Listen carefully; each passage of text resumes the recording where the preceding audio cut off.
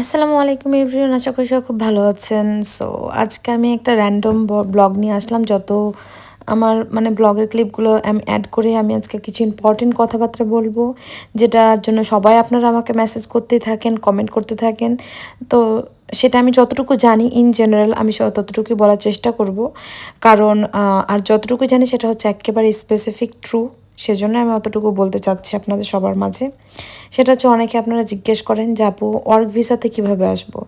সত্যি কথা বলতে আমাদের বাংলাদেশিদের জন্য ওয়ার্ক ভিসা নাই। আর যেটা ওয়ার্ক ভিসা না, সেটা হচ্ছে স্কিল্ড ভিসা।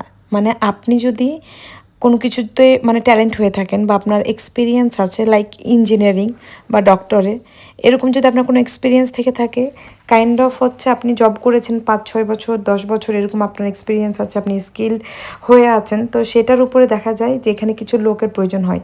আপনি যদি সেই রিকোয়ারমেন্ট, যেমন সফটওয়্যার ইঞ্জিনিয়ারিং বা মেডিকেল সার্ভিসেসের থাকে, হেলথ রিলেটেড অনেক কিছু সাবজেক্ট থাকে, তো আপনি যদি সেসবের প্রতি দেখা যায় যে খুব বেশি ট্যালেন্ট, আপনি জানেন সেসব বিষয়ে, তখন আপনি যদি অ্যাপ্লাই করেন সেক্ষেত্রে আপনি পারবেন। তাছাড়া না, বাট সেটাও খুব রেয়ার কেস, সবাই পায় না, পেলে অনেক টাইম লাগে। তো বেসিক্যালি এখানে যেভাবে ইঞ্জিনিয়ার অনেকে আসতে চান যে ওয়ার্ক ভিসাতে আমি আসবো, ওয়ার্ক ভিসাতে কীভাবে কী করা যায়, বাট না, এটা সম্ভব না। আর বাংলাদেশিরা আমরা সেটা কীভাবে আসি এই দেশের বাইরে, আসি হচ্ছে মেনলি স্টুডেন্ট ভিসাতে।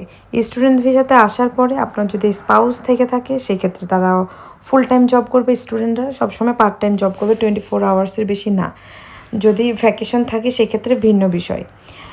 তো যাই হোক, আপনারা হয়তো বা এই জিনিসটাতে ক্লিয়ার হয়েছেন। অনেকে আমাকে জিজ্ঞেস করেন বারবার করে, তাই আমি ভাবলাম যে জিনিসটা ক্লিয়ার আউট করা উচিত। আর ওয়ার্ক ভিসা বলতে আসলে কিছু না, স্কিল যদি হয়ে থাকেন সেক্ষেত্রে আপনার স্কিল ভিসা সেটা আপনাদের প্রিফার করবে, আদারওয়াইজ না। আর এখানে যাই হোক, আমার আরও কিছু যারা কোয়েশ্চেন করে রেখেছেন, আমি সেসব কোয়েশ্চেনের অ্যান্সার দেওয়ারও ট্রাই করব। আমাদের সেদিন ক্লাসে ভার্সিতে অ্যাক্টিভিটিস হচ্ছিল।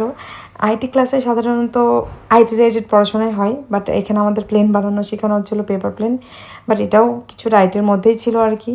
সো এটা প্রজেক্ট বেস কাজ। সো সাবজেক্টটা হচ্ছিলো আমাদের প্রজেক্ট ম্যানেজমেন্টের সাবজেক্ট এটা। তো যাই হোক, আমাদের এখানে সবাই আমরা সেটা নিয়ে একটু ব্যস্ত ছিলাম, ভালো গেছিলো ক্লাসটা আমাদের।